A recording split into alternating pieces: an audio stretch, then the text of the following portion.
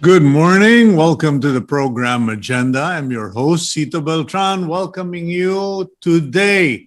It's a Wednesday, October 5, 2022.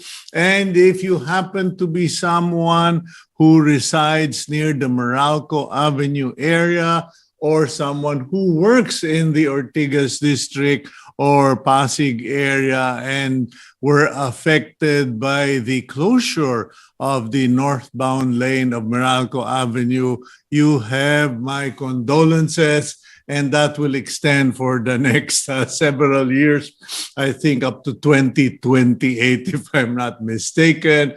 And I do hope that you will try to find an immediate solution to that development, because apparently it's no longer just a traffic issue.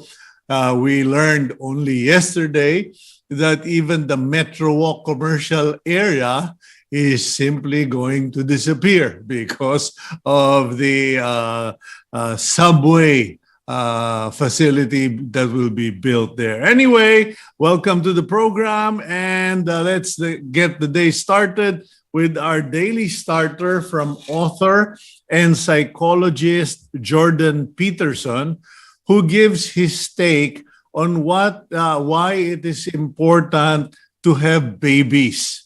You don't grow up until someone else is more important than you. Okay, a lot of men especially have discovered the life-changing effects of having children or being parents, because suddenly you are responsible for someone, and that someone is more important than you. And I do hope that our viewers there, especially those who don't have children, will study this and realize that it is important to have someone more important than you in your life. Let's go to the front page of the Philippine Star.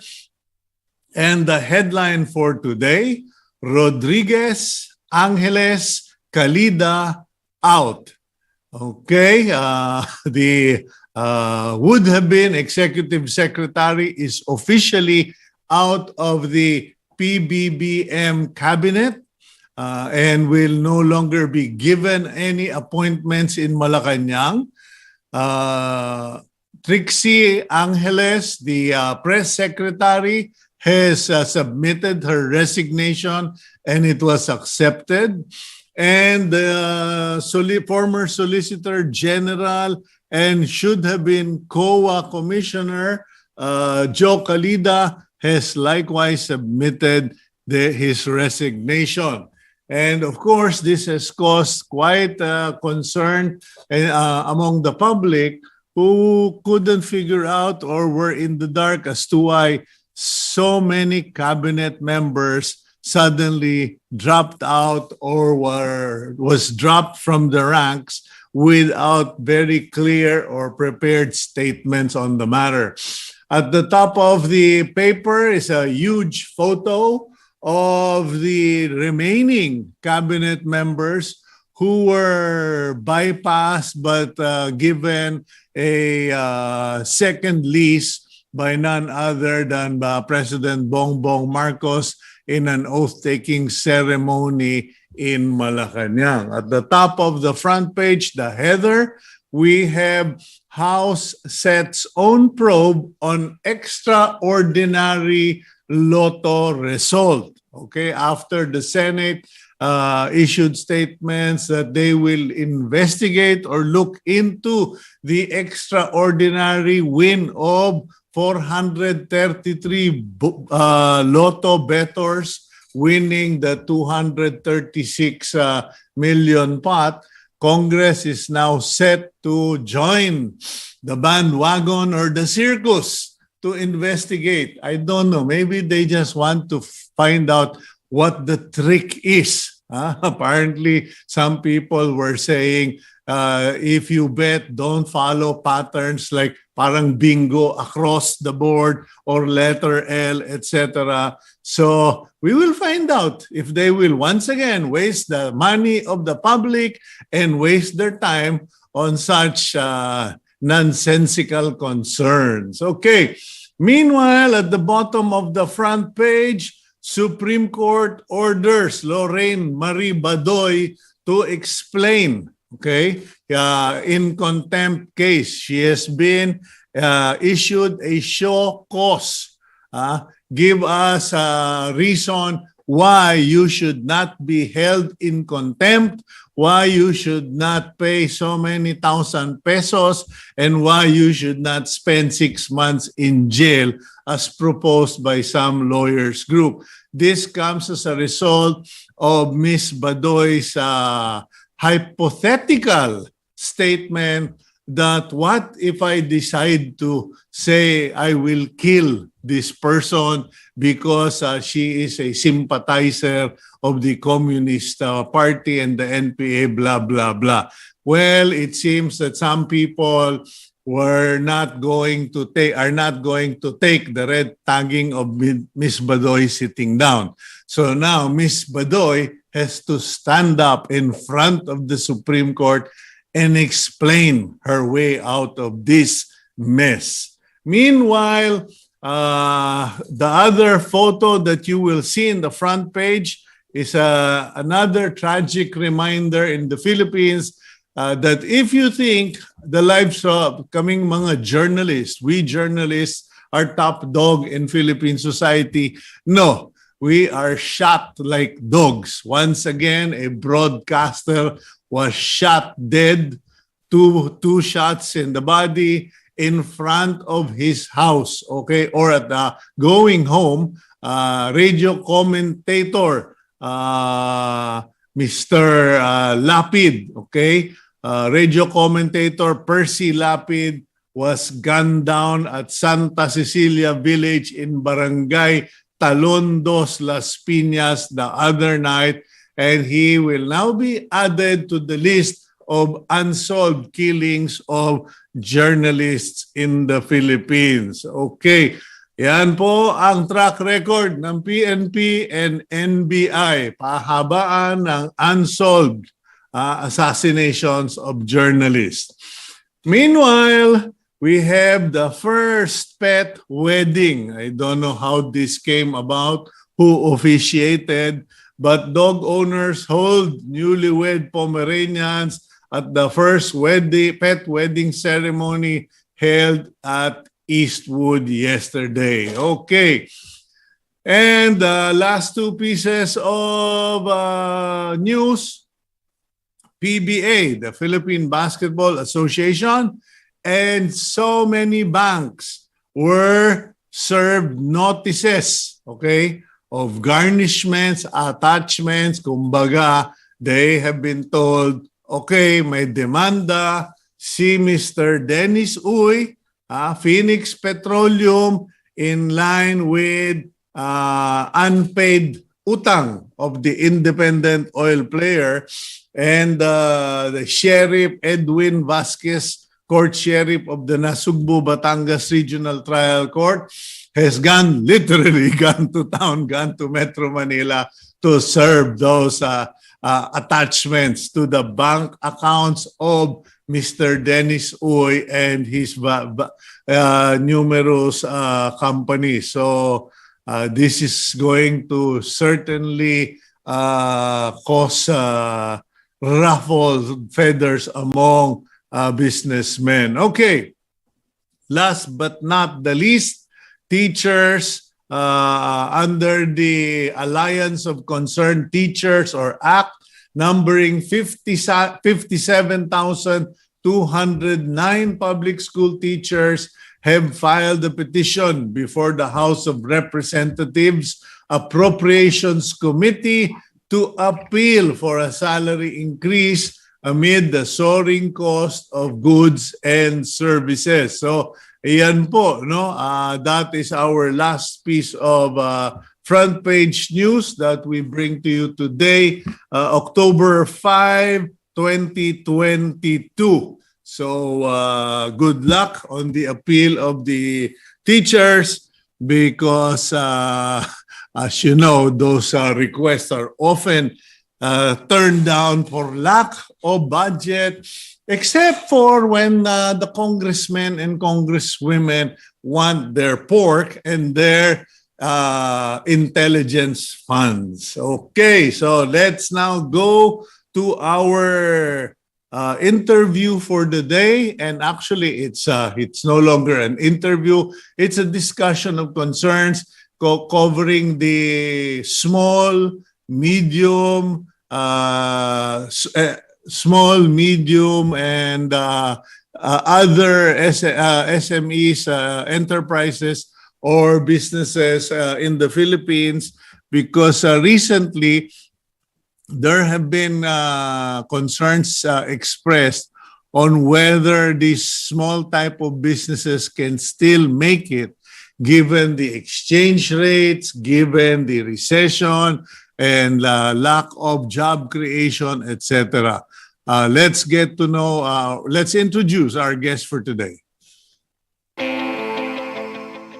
Joey Concepcion currently serves as a job sector lead of the Private Sector Advisory Council. He is also the founder of the nonprofit organization Negosyo. Concepcion was also the presidential advisor for entrepreneurship under the Rodrigo Duterte administration.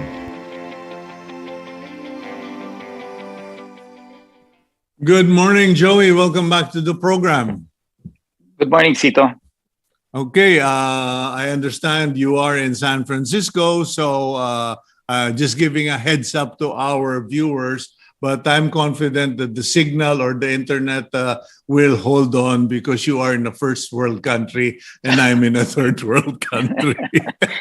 I'm just poking fun at things because everything is getting ridiculous. But in a serious vein, you recently expressed concern about SMS.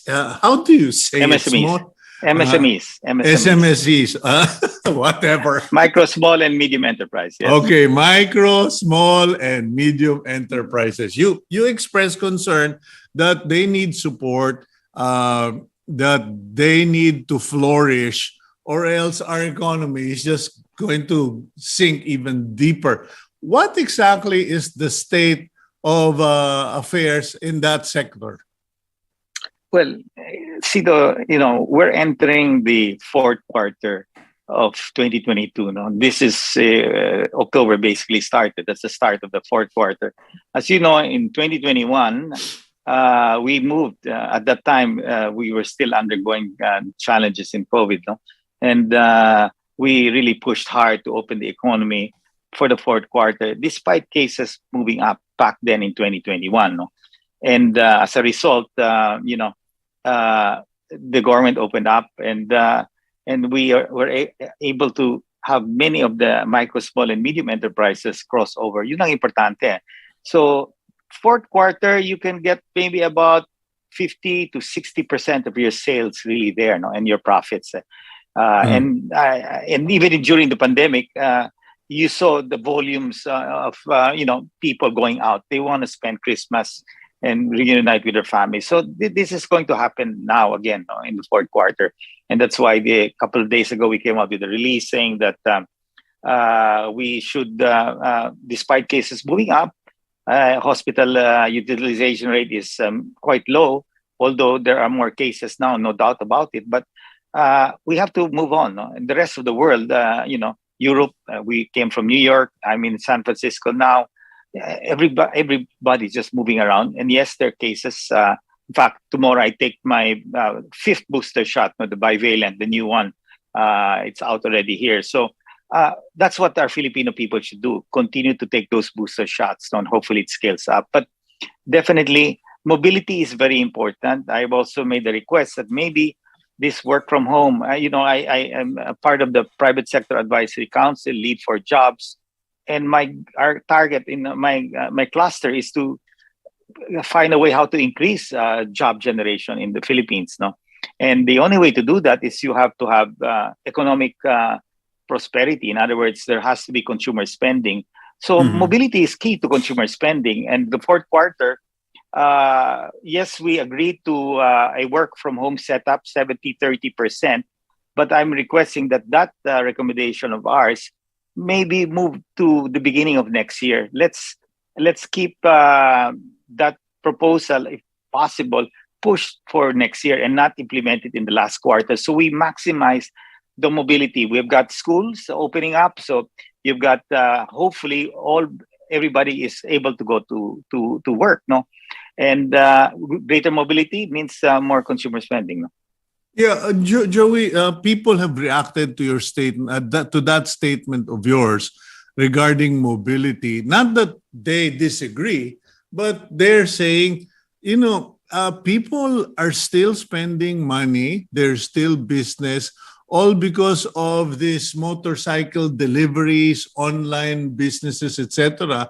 In fact, it's a boom, so to speak, because Jurassic guys like myself have finally learned how to order food online, how to buy stuff online. So is it really, why is mobility the big thing? Shouldn't it be more of, like, while you were talking, it occurred to me, no one's playing Christmas songs. And people have commented about that to me. Cito, the spirit isn't being pushed. We should promote for people to get into the spirit, so to speak. Yes, that hopefully the radio stations start to play Jo Marie songs, no? Jo Marie Chan songs. No? So that's the time. But I think it's the first week of October only, no? So you'll see the Christmas songs coming out. And definitely the malls will be playing those Christmas songs.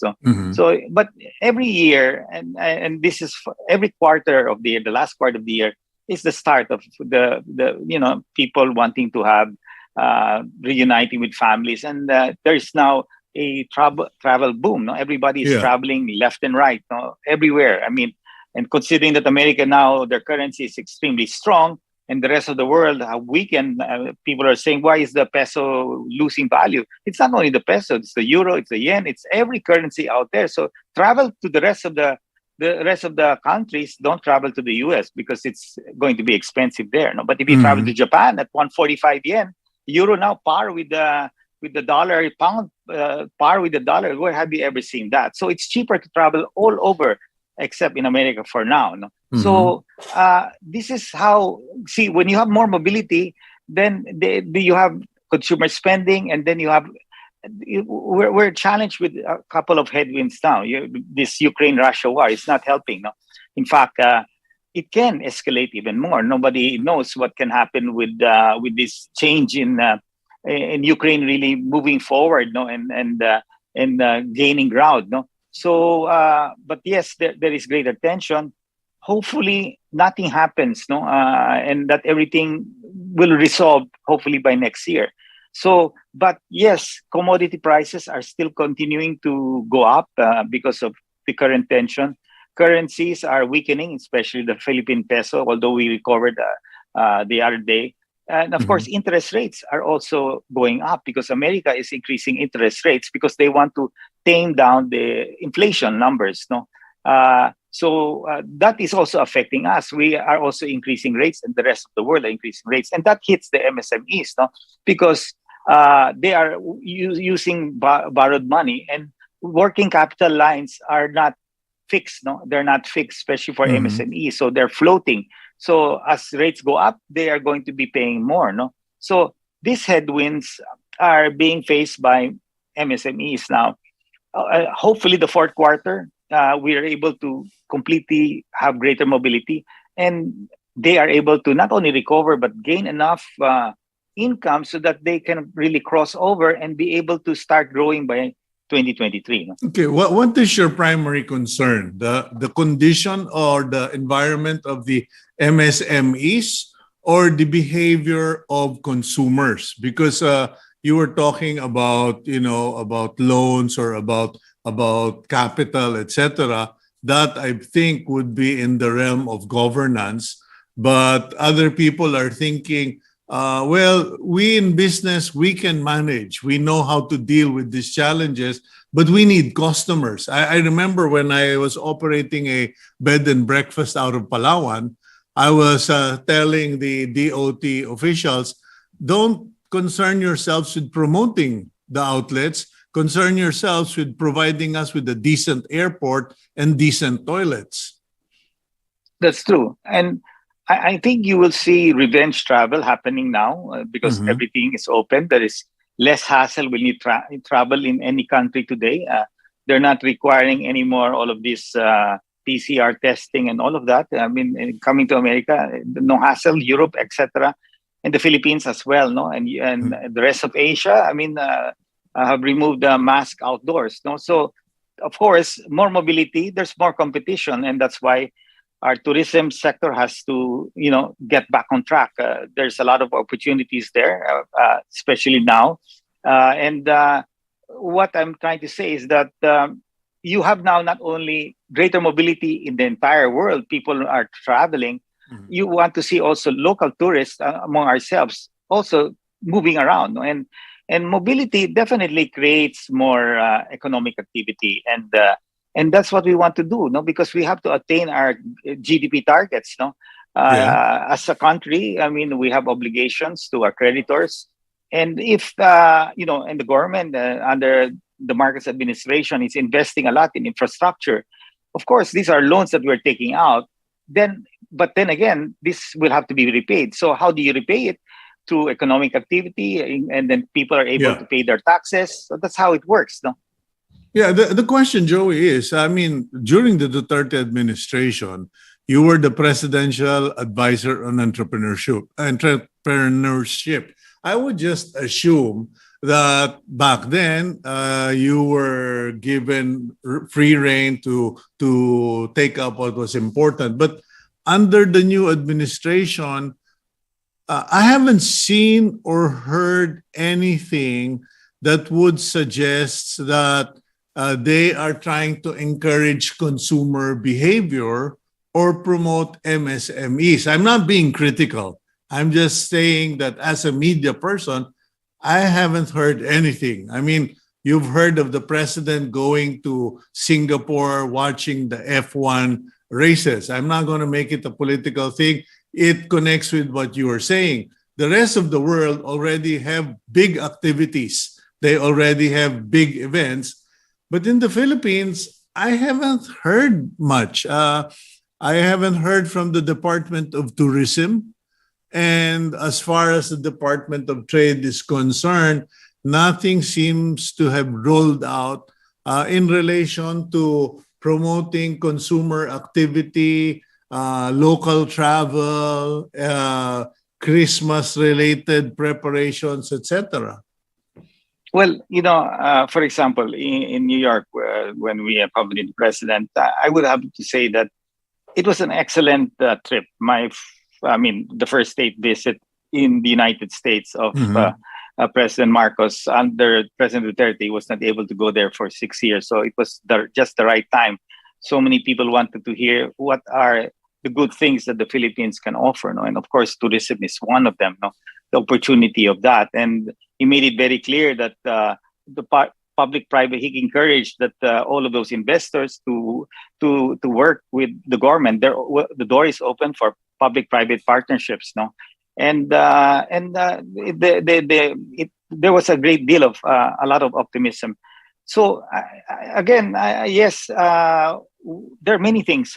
In fact, President Marcos, his first private sector event, he attended on August 26, our MSME summit. No, that was a strong statement. No, his first event for the private sector was the MSME summit that we hosted together with the U.S. Embassy. No, Yeah. we had about 700 people there, enablers and MSMEs as well who were there. No, so that shows that his compassion and his sincerity to really drive job generation is there, because MSMEs basically employ 60% of the entire workforce in the Philippines. No, so at their level, micro and small, they're at the bottom of the pyramid. What I will have to say, So if we're able to scale them up from micro to small and small to medium and some of the medium to large, employment, more people will be employed. So yes, MSMEs, they're numerous in number, but their contribution to the GDP is still small compared to large corporations, but they still employ a lot of people. No?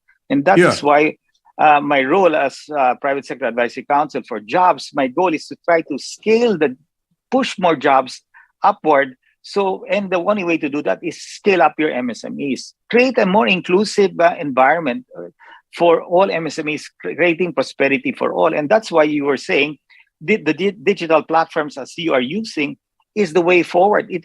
This is what I call a democratic process whereby an MSME can go straight to Shopee, Lazada, and we have a big event on the Digital Summit coming next week. We will be teaching them on how they can market their products. The biggest thing now is being an influencer. That was not there before. No, now that's so huge. People, how much people pay for influencers? 500,000, a million pesos. Their prices are up, but because they have a track record of following. No? Yeah, but here's the question. You used the word inclusive. You talked about job creation. You're an advisor, but have you been included in any meeting or any developmental program towards strengthening MSMEs, towards job generation, etc.? Because that's, I think, the issue. There is no question that President Bongbong Marcos is now the number one salesman. He is going around promoting, traveling, trying to get a good name for the country. But the question is the follow through. And again, please don't misunderstand me or even the viewers. I am not being critical. I am trying to see what I can't seem to see, the follow through. As far as the concerned departments are concerned, have you been invited and say, Joey, can we talk? Can we figure this out? What is our roadmap and where is our destination? Cito, it's a brilliant idea what President Marcos created. No, the Private Sector Advisory Council. There are about 6 clusters here. No, you've got jobs, agriculture, infrastructure, digital, tourism, and health. No, and I lead the jobs cluster, and together with me is Tessie Coson, you have Kevin Tan, Lance Gokongwei, Fernando Zubel, etc. No? So 6 times about 30 to 36 of the biggest and I'd say brightest minds in the private sector are in this cluster for free. No, we're contributing time, and the engagement with the president is once every 2 months thereabouts, and the last meeting we had with the president was 2 hours. No? So he spends that much time. He's into the details. I am myself very surprised that he's on top of the situation, and he meets diligently with all these clusters. Now, we also integrate with the cabinet. No? In my case, you've got, of course, Benny Liguesma, Department of Labor, of course, Trade Secretary Fred Pascual, etc. So the cabinet is also there. No? We consult, we work. These meetings are done quietly. We meet with the cabinet, with Fred Pascual, who's now the Trade Secretary who took over from Mon Lopez. So the continuity which we had with Secretary Mon during DTI under Duterte's time continues. The programs have not changed. They're still there. And us in the private sector, we fund everything. No, so I can see a difference now. This is where private sector is more involved with the Marcos administration than I ever seen. Even during the time of Duterte, even GMA's time, this is the more structured. No, it's very structured. The meetings are on time, and he doesn't cut the meetings. If there's a lot of discussions, he'll still stay on. So this is an excellent. In fact, I commended President Marcos on this fantastic idea, because this is how you can enhance private sector participation, so there is less conflict along the way. And we are scaling that down through Go Negosyo, our foundation. We are scaling that together with the Department of Trade, the Department of Agri. Yeah, but in real terms, Joey, has the chicken laid the egg, so to speak? I mean, what tangible results have come out of this cooperation? Because everything that you see in the front page now is disturbing, alarming, or very concerning news. And we haven't heard any rah-rah-rah messages in the last 3 months. No, I've been to especially in New York. I have seen it for myself. No, and I would say that I was very pleased, and together with the other people from the private sector, we are pretty pleased on how this administration is handling and encouraging investments. Now, of course, nothing. I mean, how much all of this that has been pledged by different countries, from Singapore in his trip to Indonesia and the New York. I mean, these are pledges. It will not be an overnight thing. It takes time. When they say, okay, I commit to important, because if the private sector is not aligned with the government's program, then you have a dysfunctional group. So yes, there are headwinds not caused by this administration or even the previous administration. These headwinds are there because of world issues that are happening today, and serious ones, in fact. But nevertheless, we remain committed. We have a lot of events that are happening. The president does attend all these events, and as much as possible. And he's very committed to scaling up MSMEs, because he knows at the end of the day that it cannot be just us, large corporations, that are left standing. No? I mean, job generation can only be created when everybody is hiring more people. Even our nurses overseas. No? We're trying to solve that problem, because the demand for Filipino nurses are really very high. No? Okay, let's go for a quick break, Joey. And when we come back, what does scaling up MSMEs mean? And how do we ensure that this sector of Philippine society becomes stays healthy and contributes to our economic growth? We'll be right back here on Agenda.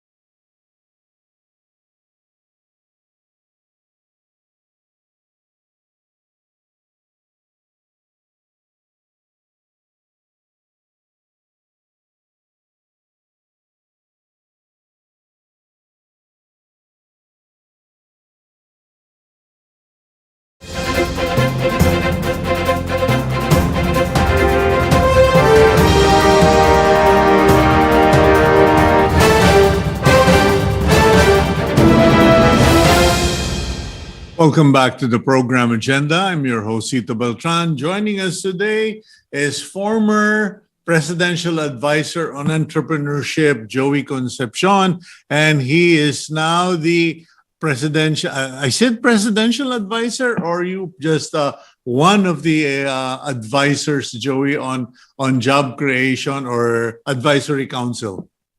Yeah, it's a private sector advisory council, and then you are the lead for jobs, and there's somebody the lead for tourism, health, infrastructure, etc. So there are about 6 of these clusters that have been organized by the Marcos administration. So basically. the title is lead, no longer Yeah, presidential, lead. so and so. Okay. Yeah, it's the lead. Okay, now going back to what we were talking about earlier, you mentioned that the President, Bongbong Marcos, is committed to scaling up MSMEs. What does that translate to in real life terms? Well, of course, in real life terms, what we have to see is how do we scale that up? No? And so for example, one pillar is agriculture or agribusiness. No? How are we going to do that? No?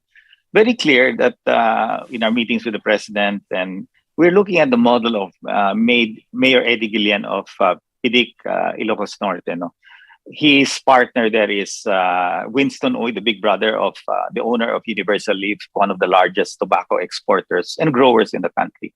And very clear that if you have a very strong leadership at the LGU level, in this case, Mayor Eddie, and you have a competent big brother in the case of Winston Uy, who provides the mentorship and the market. No, that's very important because the money will be provided by the banks. And once they see that there is a big brother behind the small entrepreneurs, and there is a local leader down at the local government to ensure that everybody follows the rules set by the big brother, because the big brother cannot monitor who are the right farmers to bring in. Mm-hmm. And it has worked. No, this is the model we want to copy and duplicate in the rest of the Philippines. No, whether it's tobacco, rice, sugar, corn, and all the different agriculture. That is the goal that we're trying to do. And hopefully, whether a task force will be formed by the president or this is all going to be happening pretty soon. And we know that agribusiness is a very key element to really promoting inclusivity in our country. So that is one example. The other example is tourism. There is such a huge opportunity for the Philippines to even outshine Thailand because we have the natural resources here. We've got the best beaches, to me, in the world. And it's a matter of really putting it all together under one brand, which many administrations have tried to do. And I think this administration will also do what it can. And I think with the opening up of the countries all over the world and people are back to normal with the pandemic, hopefully simmering down, and we will expect more tourists to come to this country. And that's why we push for the optional use of outdoor masking, because you cannot promote the Philippines correctly if you see people in the beaches wearing masks. No, it's ridiculous. And you don't want to project that because nobody will come to the beaches of the Philippines. So that is another example.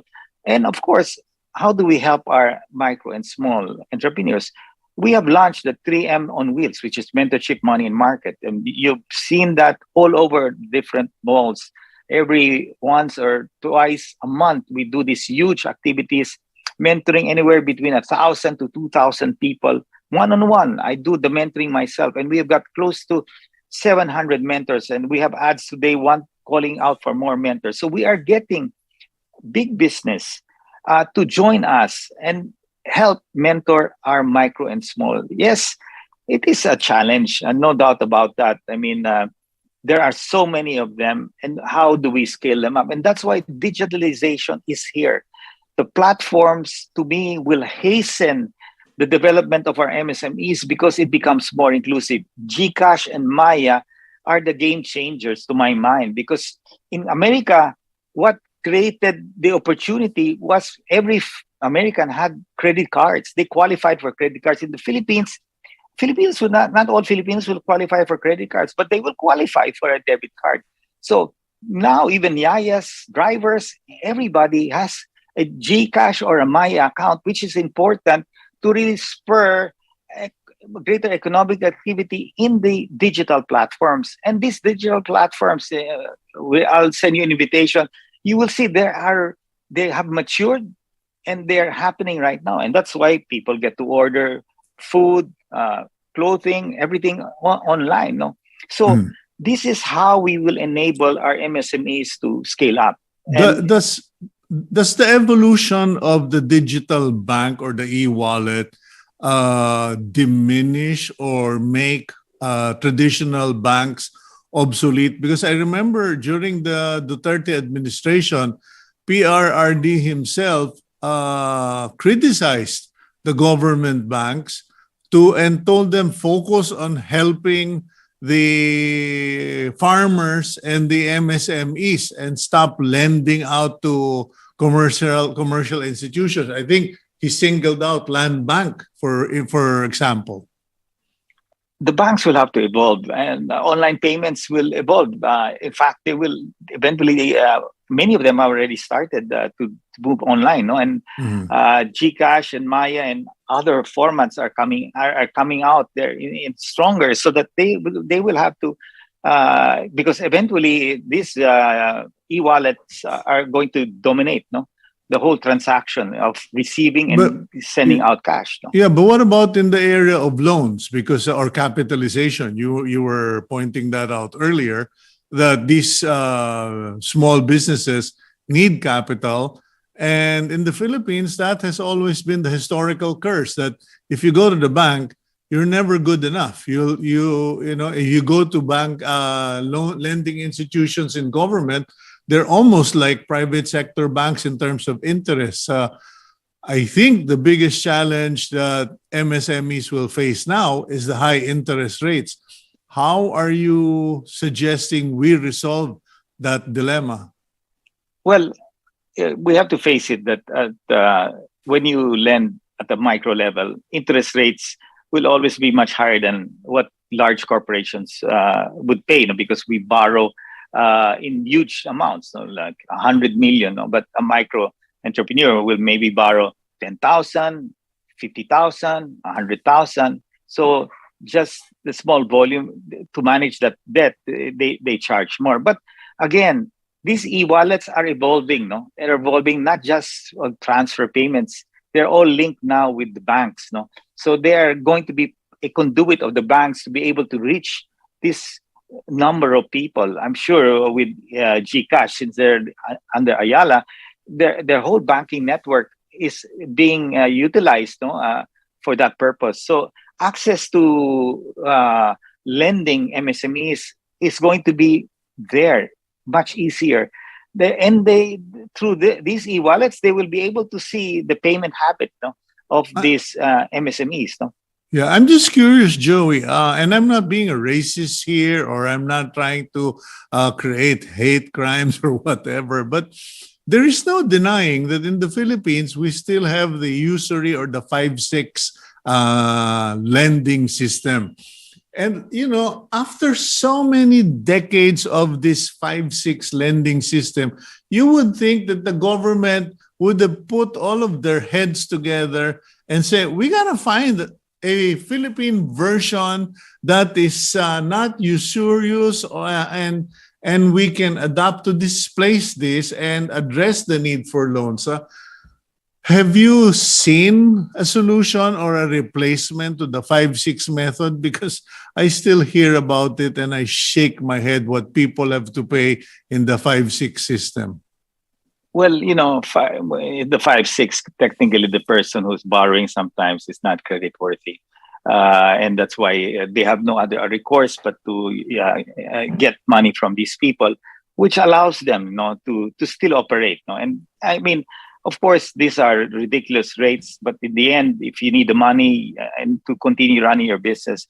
But what I'm trying to say is that these e-wallets eventually will transform into money lending, and it's happening as we speak. In fact, if you look at Cebuano Lulier, no, they've been hit by the money transfer because of GCash, but now they're diverting and focusing on basically more on MSMEs, no, helping them, mentoring them, and lending them. No, so people will evolve as things are changing. No, so I see more and more people getting into that sector, especially as the ease of paying today is there with all of these e-wallets that are booming all over, and every platform who is threatened by all of these money transfers have to evolve, or else they will die. So many of these money transfers are losing ground against all of these new digital wallets. So again, as I was saying, there are a lot of opportunities, and I think this is the time, that digitalization is going to create that great difference. In this, I'm helping MSMEs scale up, and that's where I'm very hopeful that not only doing the traditional way has challenges, because first of all, when you enter into a a supermarket, you have to pay certain fees because the cost of entry is quite high. Now, on the online platforms, there's no such thing, So this is going to open up more and allow MSMEs to have the same opportunity that large corporations have. So I think the digitalization is here to stay, and there are more and more young Filipino entrepreneurs moving to creating digital platforms, out there to help sari-sari stores, etc. So I am very, very confident, that an inclusive economy can only happen once we start to really push digitalization in the country. Okay, let's go for a quick break, 1 minute break. When we return, what are the other challenges faced by MSMEs? Here in the Barrio Capitolio area where I live in Pasig, it has traditionally been the excessive rental rates for locations. And apparently now the malls are meeting the challenge by lowering their rents. It's going to be interesting to see this, but we'll go for a quick break. We'll be right back here on Agenda.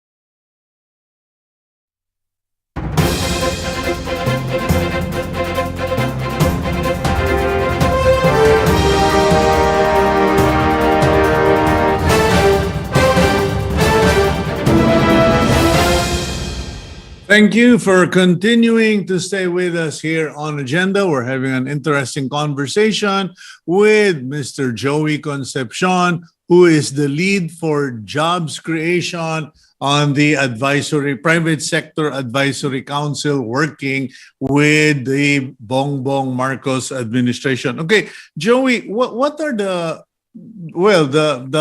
in-your-face challenges faced by MSMEs? Before we went to the break, I mentioned the lamentation of small store owners here in Barrio Capitolio who say, we're barely making it and we're almost like employees of property owners because they have to rent spaces, etc. And the rental rates are unregulated, unlike in other countries where there are very strict requirements before you can lease out your property. There are very strict requirements regarding per square meter prices, etc. Is this a national concern? Well, of course, when you get into the malls, there are very few micro enterprises that are in malls. Sometimes they create events for small entrepreneurs, no, but because of course, I mean, a micro entrepreneur typically would be a sari-sari store, a carinderia, etc., a little barber shop. So to entering a mall, you have to be at a certain level already, no. So I don't really advise these people to get into malls, no. So there are different formats out there right now that are but that was creating a yeah. cluster, no. I was talking about outside the malls, huh? Like here in Capitolio, it is business owners renting from, homeowners, etc. They're Oh, saying, yeah. mas mahal pa sila kaysa sa mall, etc. And I recently discovered that certain malls have actually dropped their lease rates, have embraced the entrepreneurs, and are giving these homeowners a run for their money. Well, yeah, that's good to know, and it's very hard to say, depending on the what space they're renting. Because if it might be a prime spot, then the respective owner would charge more for it. No? And of course, the entrepreneur will see the benefit of that, or else he won't rent even at a high price. No? So again, the way I look at it is that there are opportunities out there, and not everybody will be able to qualify, no, to be able to afford a space, no. In fact, my advice to many micro and small entrepreneurs that I mentor in all our events is you can start online. You can test your concept online, and that is a big change that was never there before. You can join these different platforms, but you have to also learn how to sell your product. So I was telling some of them, why did you learn? In fact, in our next digital summit, we will have a greater focus on teaching our micro entrepreneurs on how to market the products. And you can see, I've looked at all the influencers. I don't know, Cito, of you. It's a big change. They're all sorts of people, no? Teenagers, young kids. I mean, everybody is now becoming an influencer, and it's how you are able to be so creative in marketing yourself and your product that you can succeed, no? And I've seen a lot of people in the cosmetic sector, owners are becoming the influencers of their own products. So if you can do that with cosmetics, you can do that with food, restaurants, and all of that, no? Yeah, what's happened is you no longer need superstars, athletes as your That's right. endorsers or your influencers, as long as you have a good product to offer and that you actually teach your customers why they should use your product and how they can better enjoy or benefit from the product. There is a market for everyone, and I'm glad that you're sharing this with people who are interested. But what other concerns do you have right now as far as the future? You're the lead for job creation. And one of my guests recently pointed out that that is a really big problem, a serious problem, that we need new jobs. And there haven't been new jobs for a long time because of the series of economic downturns and the pandemic, etc. You've taken on quite a big challenge, Joey. Well, if we want our people to really grow, I mean, jobs, everybody has to have a good job here. And what's important is that we have to really upskill our people, no, so that they don't take any job out there. No, that's important. And if you look at it, we have a shortage of nurses, not in this country, because our nurses are in high demand overseas. No? And in the jobs group that we've been discussing is that we have to really encourage more people to take up nursing and find a way how to make it cheaper for them to go through the whole course, no? Because that opportunity is there. No, I mean, Filipino nurses are really in high demand today. No, and so that's just one example. And Cito, Go Negosyo is turning 17 years on October. No, and that's how long we have been at this. And I've seen it through, no, and And again, you can. We have a lot of poverty in this country. There's no doubt about that. And it's only if you look at our micro entrepreneurs, they are those at the bottom of the pyramid. So how do we scale them up? And this is through the efforts that you and I and will have to do. Mentoring, money, and market. 3 M's are to me the most important. Providing them good advice through mentorship. And that's a massive program that we're doing. But Providing them money. what about disrupting the supply chain? Because you're already doing mentoring. My hats off to Go Negosyo. You're the guys who first came up with that concept. We need to mentor, teach people how to run a business. Number one, you find access for money for them. And then what was the third one? Money, mentoring, and markets. Okay. The market. But there seems to be one thing that has been missed. And I see this in the supermarkets. You see a lot of people who have small sari stores going to supermarkets to buy their supplies. And I'm saying, this is insane. Why can't the government just roll out the kadiwa or create a supply store for sari stores nationwide so that the smaller people who go to those very small stores will not have to pay the profits made by the supermarkets? Cito, we have a lot of platforms coming out. For example, in the case of Injapsi of Merrimart, that are physical stores. Now he's converting that and creating a platform for Merrimart to now supply sari stores. You've got also pure gold and they have Aling Puring, the same concept online as well. And you have a lot of young people coming out now. Mark Ruiz, you've got Eva Bernardo. These are creating platforms that are going to help sari stores do their accounting, their inventory management, including the supply. So Merrimart and all of these other people will source from manufacturers like us, and directly supply the sari stores using logistic suppliers. So yes, it is happening. You pointed out clearly that sari stores would buy from big supermarkets and then bring it to them because they buy in small quantities.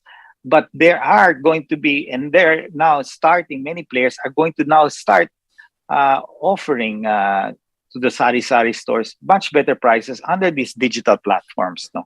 So yes, it's going to happen. That is a huge opportunity. Okay. Last question, Joey, and it seems to be something no one's touching yet or hasn't given proper attention. We have to make sure that even medicine can be part of the MSMEs.